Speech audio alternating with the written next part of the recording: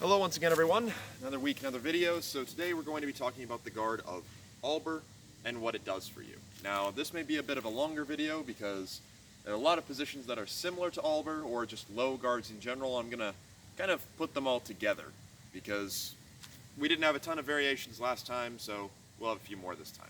So first off, let's talk about what Alber is. So Alber means the Fool, and the reason it is called the Fool is that when you come down into a low position such as this, you are forcing yourself to take a two-tempo action, essentially. If someone cuts at you, you should not be doing, one-handed little slices of that or trying to counterattack. Not that you can't, but that in general, if someone is really going for you, that's going to end in a double. Instead, what this causes is that way, if someone attacks you, you have to raise up to defend in the Nach for a moment, which, as we talked about before, being in the Nach is not always a horrible thing, but it does mean that the opponent who attacked has better opportunity to hit you again. So you've got to get it just right if you're going to use this. Now, Alber is a pretty common position to end up in, either by actively taking it or just because you finished a cut. Because when we finish a full cut, boom, we're in Alber. Now, Alber can be formed on either side. It can be done right foot forward or left foot forward. However, most commonly we see it depicted or even described as a right foot forward position. So if you had finished your dominant side cut. And there isn't really necessarily a reason for that. The arms crossed versus uncrossed don't really matter as much. The only thing it's going to change is your footwork that you'll use in some of the movements you can do out of it. Now, when taking your Alber, you want to ensure that your posture is upright. Do not lean forward because there's nothing protecting your head. Make sure your stance is wide and make sure that your arms are relaxed. Okay? They're not flopping off of me, but they are relaxed, gently touching my torso. I don't want to be rigid or curled up or anything along those lines. I also want to make sure that my sword is right in front of me, not canted off to the side. That's a different position. Right in front of me, and that the pommel is lined up with whatever hip of my back foot. We don't want to end up right down the middle. Not that we can't do things right out of the middle, but in general, you want slightly off to the side, so that way it does a little bit more for you. Now, relatively simple position, nothing too crazy about it. What does it actually defend/do? Well, if I go down to this low position, where are you going to hit me? It's going to be the head. We all know it, right? Because, honestly, that's the best area for you to attack. Now, Alber can be a little bit deceiving because cutting for the head, especially doing a Scheitelhau, which is not a strike that a lot of people are terribly comfortable doing, a lot of people have gotten into the habit, like I said, of not defending themselves properly, and you end up with double hits. So, bearing that in mind, when you take Alber, it does still threaten in a way.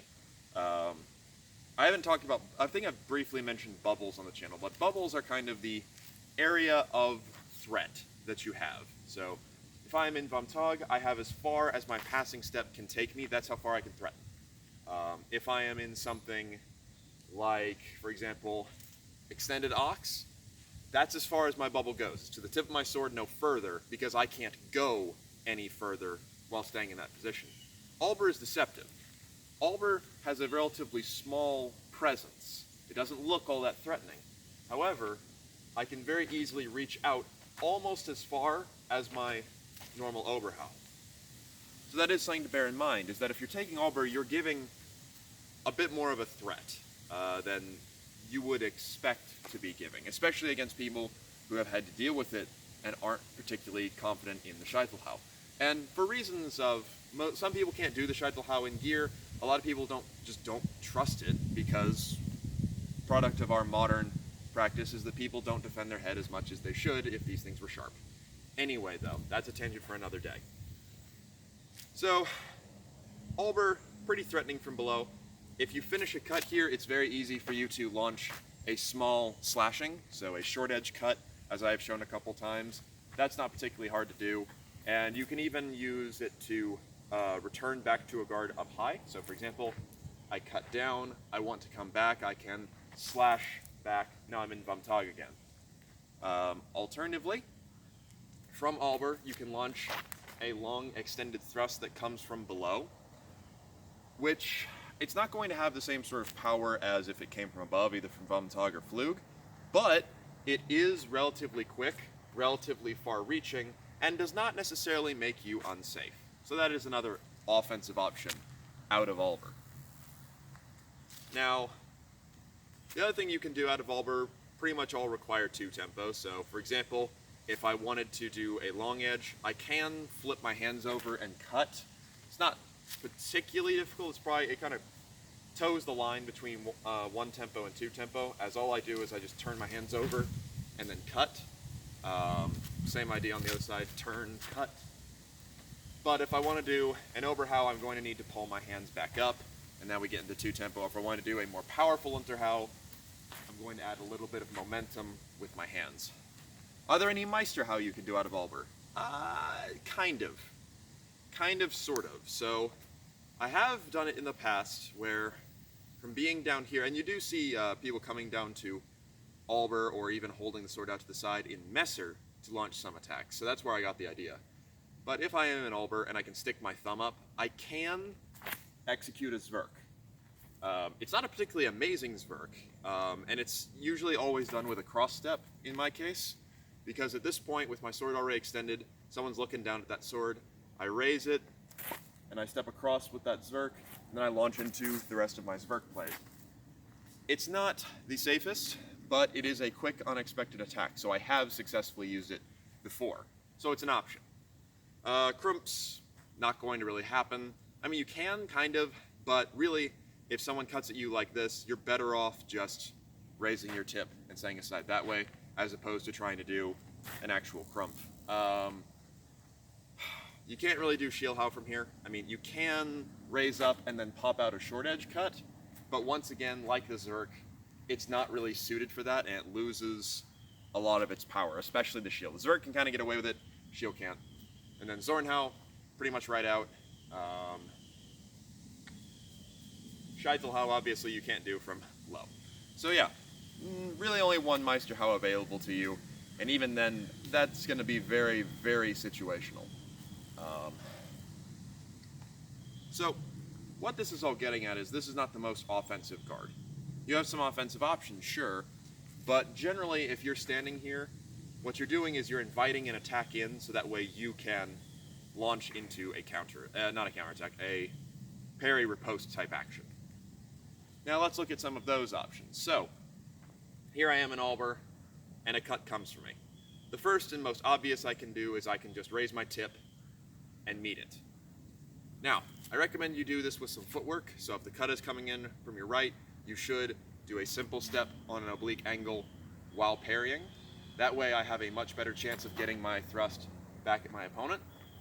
If you don't move, or you don't have time to move, it's going to end up being a lot more block-ish. So, not great. But, someone cuts at me from either side, I can just meet it and get out of the way. If someone chooses to do a Scheitelhau or a cut that is going more for my head, and I don't think I can just set it aside like that, the biggest thing you're going to see out of Alber is either a Bogan or a Crone. So, Bogan, we've already seen before, right? You raise your arms, you step out to the side, defending yourself with the strong of your sword, it slides off, you cut. Very, very common to see out of this position. You can do it to both sides, you can do it with crossing footwork, doesn't particularly matter. It's always just going to be a good tool. Now, where you'll see that happen a lot is going to be Ober, that person Bogans, your blade slides off, you've ended up in Alber, now they're cutting at you, so you do a Bogan yourself. It's a particularly good training exercise to do. Infinite Bogans against each other. Also can come up quite a lot in Messer or Bad Saber, which is basically Messer. Well, it's Bad Messer. Anyway, the other option is going to Crone. Now, what is Crone? I don't think we've talked about Crone before. Crone is this position, where I hold the sword up horizontally at about the level of my my hairline, like a crown would sit. Now, you can do a couple different styles of handwork with this. You can just flat hold it that way, or sometimes I'll put the thumb right there for a little bit more reinforcement. But the important thing is that I want my long edge and my cross guard to be making a V right here. You don't want it to be straight up, straight down. A little bit angle, like that's okay, but any less than that it's not going to do for you, and you're not catching it on the back edge. Now the reason you want Crone is because if someone cuts resolutely, either they're doing a proper Scheitelhau or they're really going for your head, this will stop it. I am bringing my elbows in, my posture is still strong, and I moved up into it, either with a little simple step, or alternatively you can gather into it if you need to. And it's okay to cross up your body in this case because you're just making a solid position to stop their momentum. Now, Crone is not the most offensive of positions, as you can see. My tip is up in the air, I've got their sword point right there. What do I do from here? At this point you launch into the Crone plays, of which there are a couple, but to briefly go over them, the simplest option is to hook, grab, cut, or pommel. Not too difficult. Or you can, if you're a little bit more on the tip, you can push wind/strike. That's where you get the Crone How, which is basically a cut out of Crone / it moves through Crone. Both of these are good options. So really, if you go to your left-hand side of their sword, you're going to be pommeling or hitting or wrestling. If you go to your right-hand side of their sword, it's going to be something with the tip. Either way, though, an important thing to recall is that all of these actions are two-tempo. They have to be. It's just how it is. This means that your opponent is going to have time to counter you. So be aware that when you're training these, you need to get those two-tempo happening as tight sequentially as you can, but don't get it to the point you jump the gun, because you want them to be locked up here before you move on to your next step, or you might accidentally end up walking into the tip of their sword. So, Crone, great position. Bogan will probably save you a lot of the time. We've got our general parries. What else can we do? Well, the other option you have is what brings us into one of our variations of Alber, which is the idea of setting aside with the short edge, or deflecting. Now, this brings us, like I said, into some of our variations, and that would be, this is Alber, this is Vexil / Nebenhut. Now, what is Vexil / Nebenhut, and why am I calling it as such? Well, it depends upon your source. So, for example, usually, this is called Nebenhut, this is called Nebenhut. However, Sigmund Ringek refers to this as Nebenhut, and then this is Nebenhut on the other side. It's 6 1/2. His Nebenhut plays work exactly the same if you call it Vexil. Vexil, meanwhile, the name comes from the Vexilhau, which is a strike that's not necessarily a single strike, it's more like a combo that works very well out of this position. So why have I curled my arms up? The reason I've curled my arms up is because now I'm going to have a little bit more, imagine a big mantis scythe. It's going to be that sort of action where I'm coming out and then pushing with the pommel to flick with the back edge of the sword. Curling it up allows that to happen more easily. It also makes my head a little bit more open. So here, I kind of threaten with the tip. Here, I'm not threatening with anything. Immediately, anyway. If you know what you're looking at, then you know what you're dealing with. But from Vexil, if a cut comes in, what I want to do is I want to strike out at a nice 45. The reason I'm doing this is because I want to hit the flat of their sword with the edge of mine and deflect it off to the side. From here I have options. I can either cut straight back down along the line I came up, or I can turn and step out and cut, which is my preferred way of doing it. Now when it comes to whether you step or not on the Vexilhau itself, that can vary. Most times when I see the Vexil, there's no step, so that way you get more percussion, because obviously then you're digging into the ground, versus if you do step with it, you get less percussion, but you do void their sword more. So, choices, really. If you find that you're not particularly good at getting that pop, you may wish to look at stepping. If you find that you can't step out of the way very well, stick to the percussion. Now, important thing to remember, I am driving my arms out and in front of me, as far extended as they can go. Don't try to do this here. You see this happen quite a lot, where people will come to this middle position, and then when a cut comes around the side, they'll try to use their short edge to deal with it. You don't have the power there, you don't have the angle there, and you're usually going to get tagged on the arm. This, however, because I'm driving things out in front of me, and I let them come into a fight that I had already dictated, I'm in a much better situation. Now, that's the Vexil How. You can still do the Vexil How, or rather a short edge slice from Alber. If I cut down to Auburn and someone cuts at me, that option is still totally there. And that's another reason I say not to have your Alber straight in the middle. A little bit off to the side so that way you can hit the flat of their blade. And that is important to note. If someone is cutting from their right, so coming into your left, you have to have your sword on the left to deal with it. If they're cutting from their left, you have to have the sword on the right. It doesn't work with both swords on the same line, because then you can't set their sword aside. Now, another option you have out of Vexil is, or slash Nebenhut, is that you can switch from short edge to long edge. So if a cut is coming in, I can instead step up while turning my sword over into Ox, catch it very similar to a Absetzen, catch it on the cross, and land that thrust. This one is really, really awesome. Getting that outside line, anytime you can get your long edge from below on the outside of a right-hander's sword when they're coming from above, you've probably got them. It's a wonderful, wonderful position to get yourself into. And what's great about it is you start off and they're threatening with the short edge, and then you just pass up into the long edge. It's very tight, very difficult to deal with.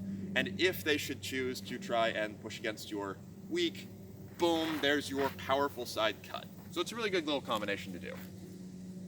So you've got offensive, you got defensive, all that great stuff.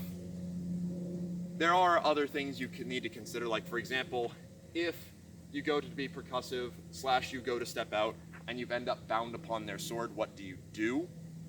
From there, you can just turn over and thrust, because it's still just a bind, nothing really changes about that. Alternatively, you can try to suppress and then snap from above, things of those natures. It really, once you get to the bind, do what makes sense. Now,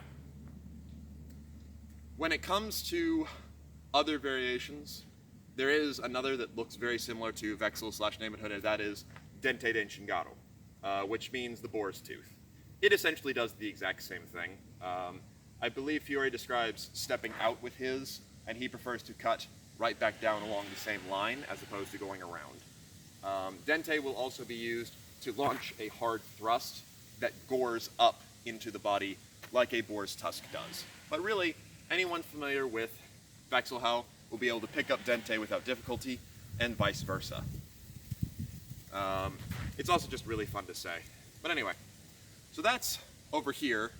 Any other low guard variations we should be aware of? Yes, there absolutely are. So I mentioned already, but let's talk about Nebenhut. Okay? So Nebenhut is, or Codalonga, the long tail, is a pretty simple position. You're just holding your sword back as though you were in Vamtag, but now it's back here.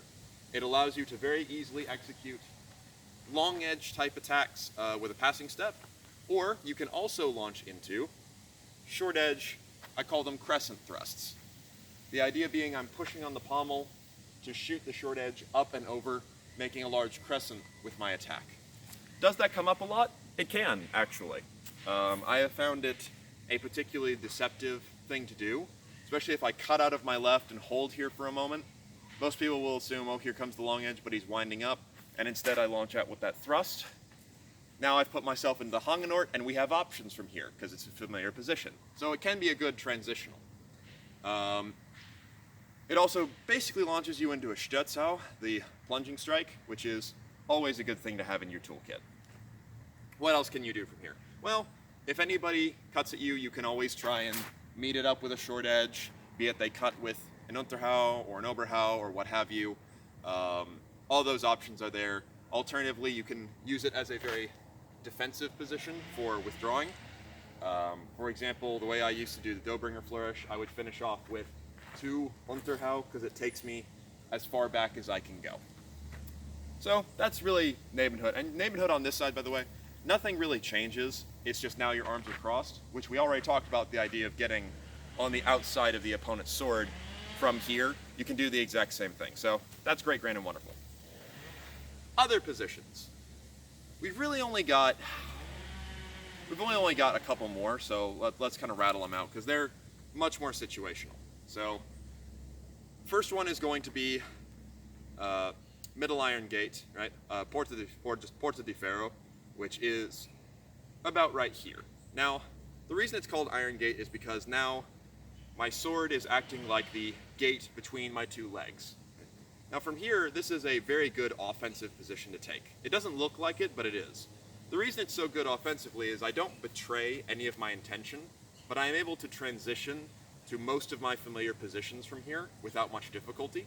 At the same time, if any attack comes in, I can very easily meet it with kind of almost a Crumpfau-like action from this low position.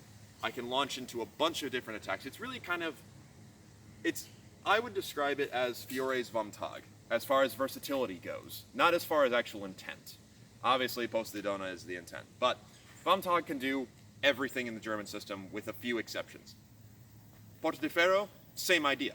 It really does launch into most of his stuff. So, from here, all you do is you just basically go to Alber, let the tip drift off a little bit, and you're in Porta di Ferro.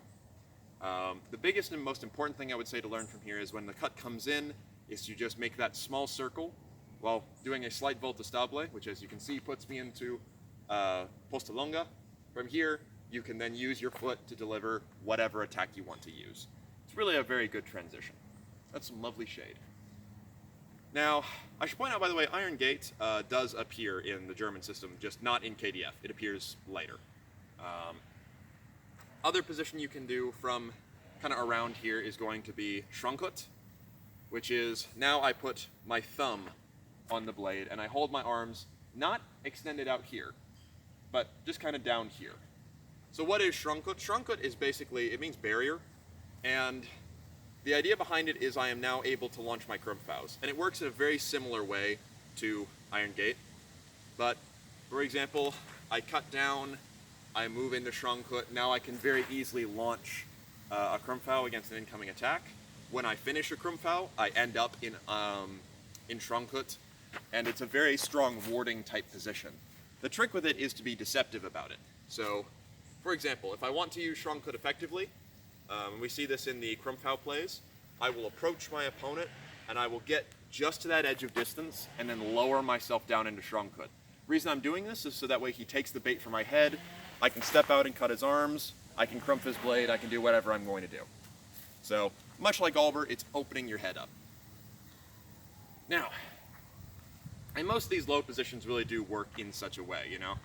You cut from just out of distance, making yourself open, or you advance into distance and lower your arms.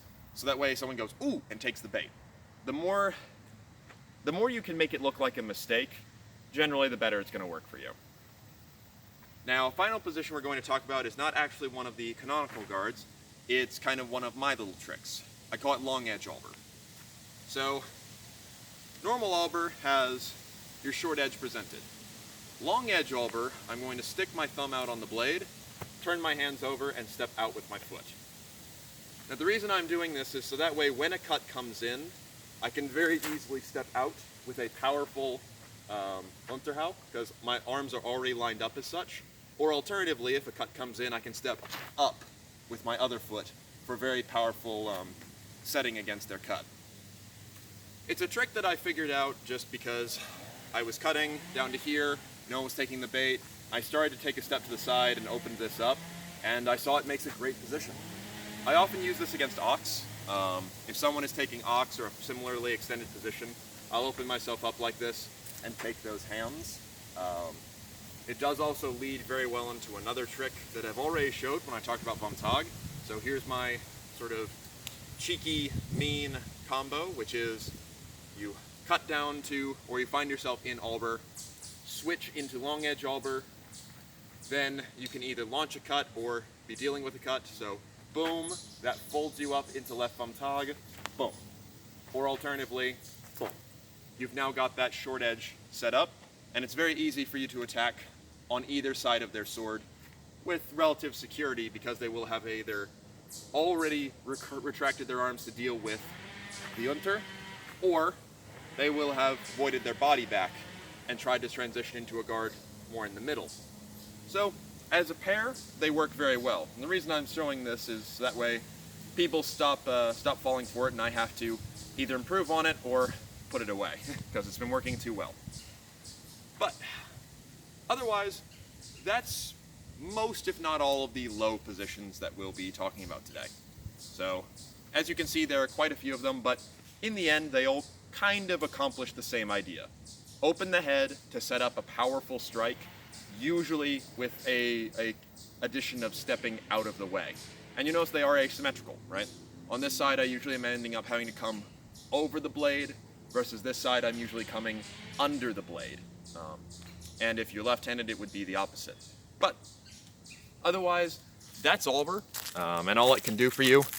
If anyone has any questions about it or anything along those lines, feel free to put it in the comments below. But thank you very much for watching, and we will talk about some other techniques another time.